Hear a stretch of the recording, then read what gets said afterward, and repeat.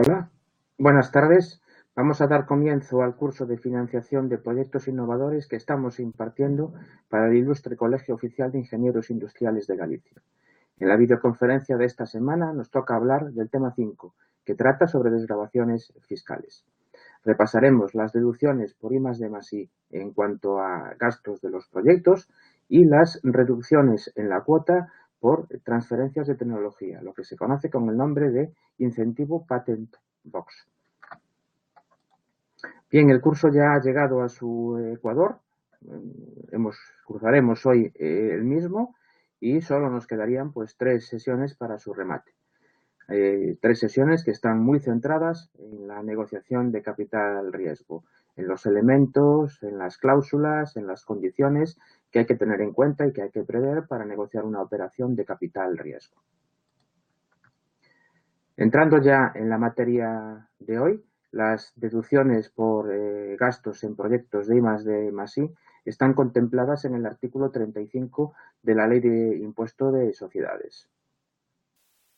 Este artículo 35 separa o divide las deducciones en 3 grandes grupos: para investigación, para desarrollo y para innovación tecnológica.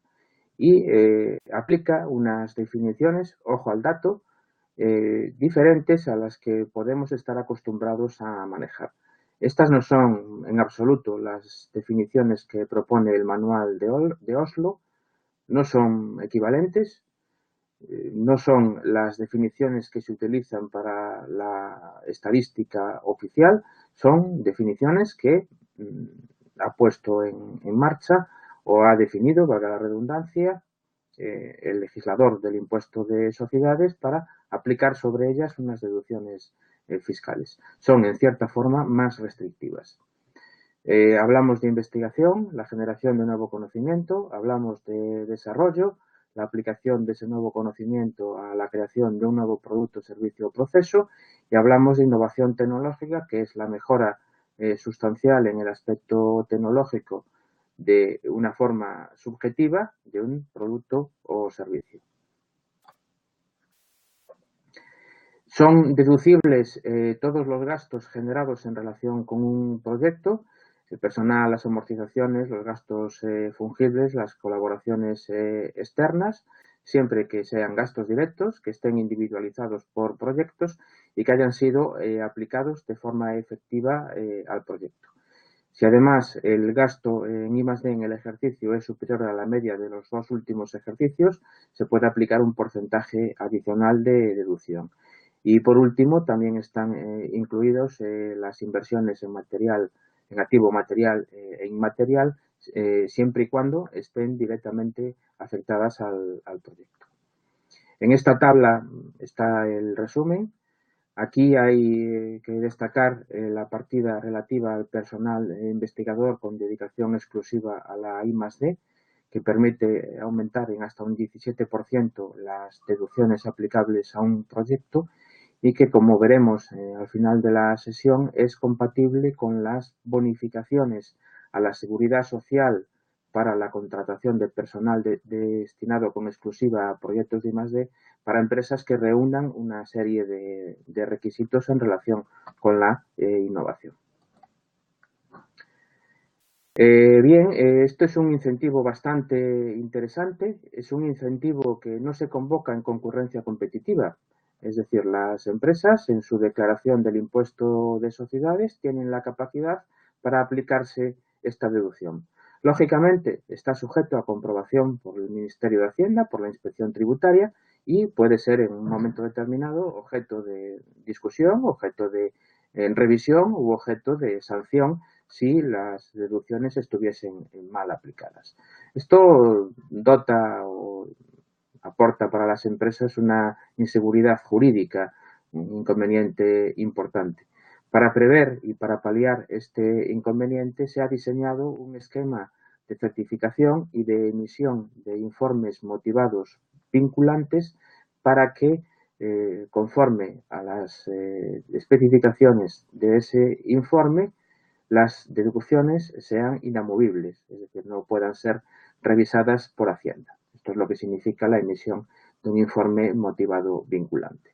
Para la emisión de ese informe motivado vinculante han de ponerse en acción dos elementos. Uno es la existencia de un informe técnico de una certificadora acreditada por ENAC, por la Entidad Nacional de Acreditación, que emita un informe técnico no vinculante sobre el proyecto, sobre su contenido en investigación, desarrollo e innovación tecnológica y sobre la consideración y la aplicabilidad de los gastos imputados al mismo.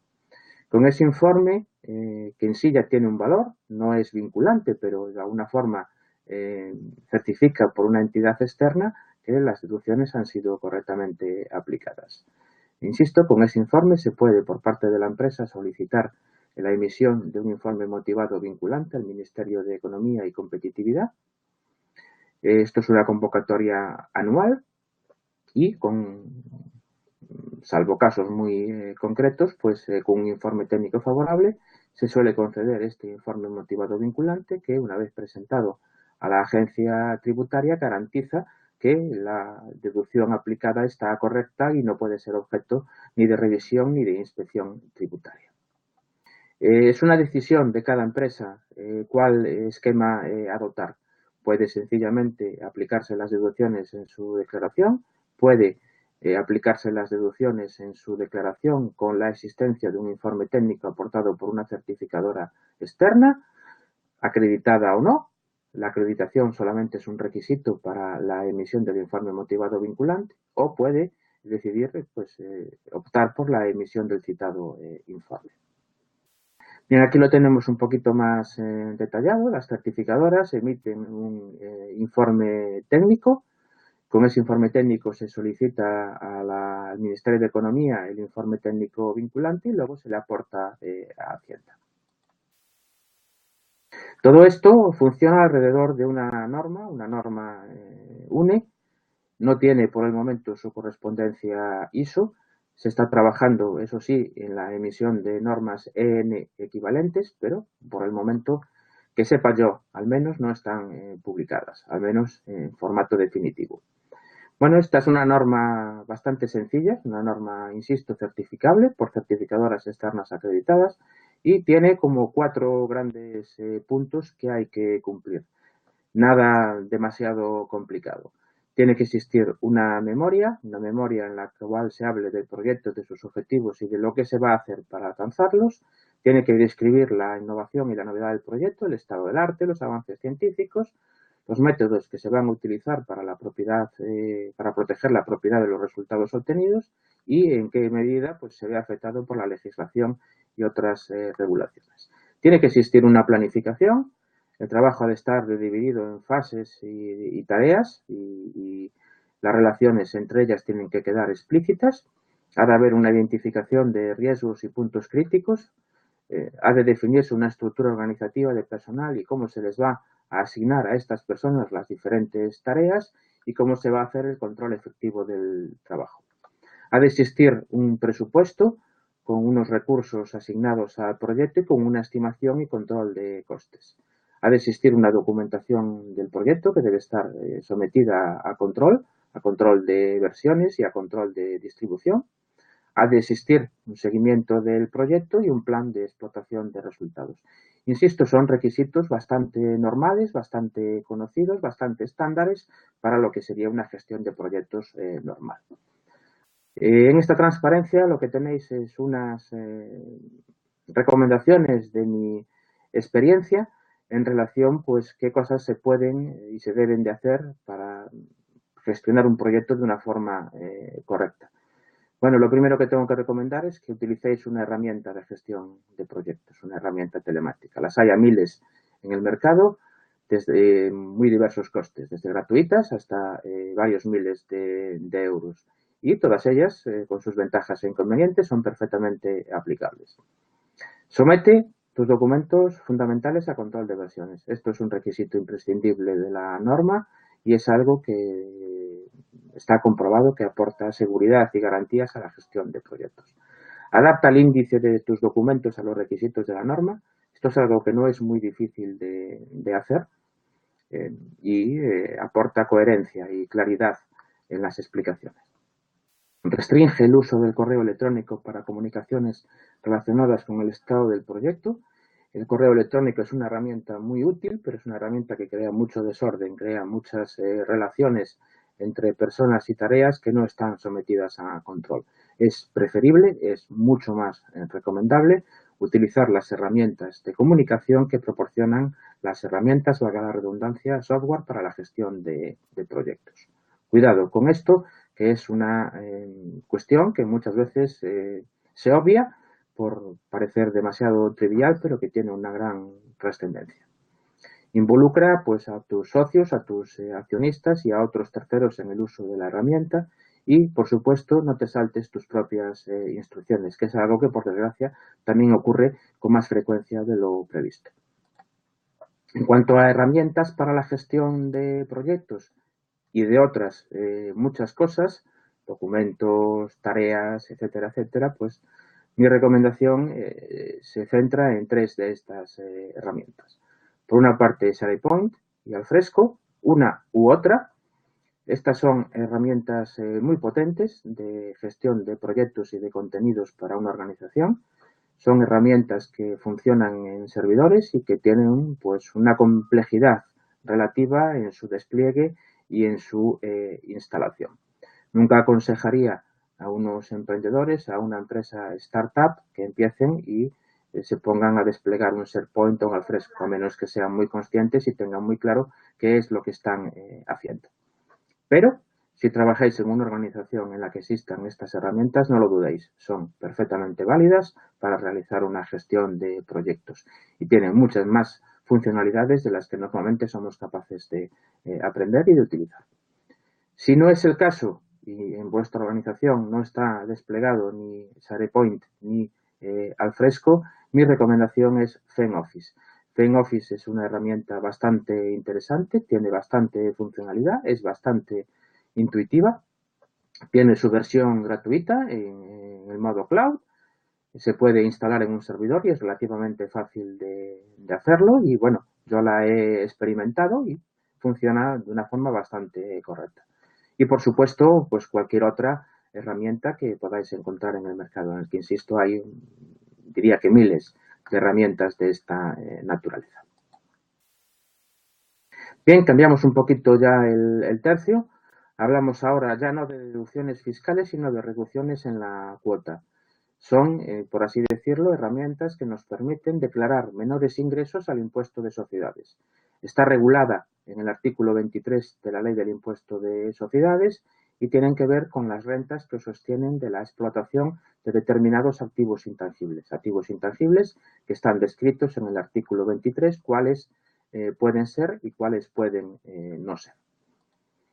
También se puede aplicar al caso de la transmisión de activos intangibles entre empresas, pero únicamente para cuando estas empresas no estén relacionadas entre sí. Si hablamos de los ingresos generados por la transferencia de activos intangibles entre empresas vinculadas, esto sí que está permitido. Y es una opción que, en mi opinión, va a dar mucho juego en los próximos años. Tengo que decir aquí que el Patent Box está completamente regulado, es completamente lícito su aplicación. Existe una norma similar a la UNE 166.001, que es la UNE 166.008, que regula pues cómo se tienen que ejecutar y cuáles son los requisitos para documentar y transferir correctamente una propiedad industrial o intelectual. Pero por desgracia, no ha sido desarrollado todavía el esquema de informe motivado vinculante. Y eso está haciendo probablemente que se frene el uso de este, por otra parte, muy interesante mecanismo porque, bueno, las posibilidades del mismo son muy grandes. Insisto, es un pequeño gran desconocido y es, a mi juicio, un punto en el que se generarán muchísimas oportunidades en los próximos años. Bueno, con esto se viene a cerrar un poco el esquema de la financiación integral de un proyecto de innovación. Hay una parte de ayuda pública a la investigación básica que suele adoptar esquema de subvenciones. Hay una parte de deducciones fiscales a la ejecución del proyecto, que es la que hemos tratado en la primera parte de la videoconferencia, y hay una parte de también incentivos fiscales, en este caso en forma de reducción, a la explotación del proyecto, el Patent Box, que es de lo que vamos a hablar a continuación. Bien, como decía, para este incentivo fiscal se ha desarrollado una norma similar, aunque mucho más prolija en su detalle, en su exposición de requisitos y de contenidos, que la la UNE 166.001. Es la norma UNE 166.008. También es una norma relativamente sencilla que se basa pues, en 3 puntos.